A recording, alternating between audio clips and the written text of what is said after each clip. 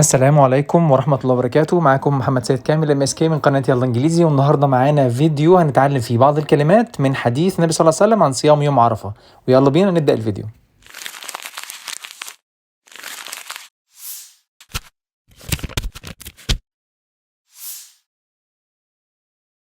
It was reported from Abu Qatada that the Messenger of Allah was asked about fasting on the day of Arafah.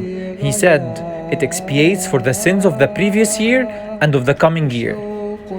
It was reported يعني روية from Abu Qatada عن أبي قتادة that the Messenger of Allah رسول الله صلى الله عليه وسلم was asked يعني سئل about fasting عن صيام on the day of عرفة في يوم عرفة. He said النبي صلى الله عليه وسلم قال it expiates for يعني بيكفر the sins of the previous year خطايا السنة الماضية and of the coming year والسنة الآتية.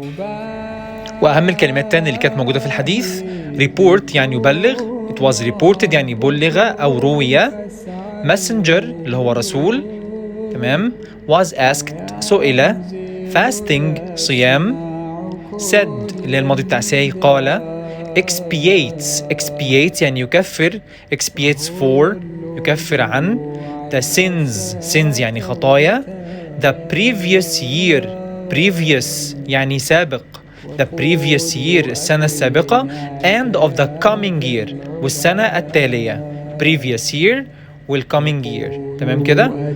طيب بنفكركم طبعا بصيام يوم عرفة، وربنا يتقبل منا ومنكم إن شاء الله. السلام عليكم ورحمة الله وبركاته.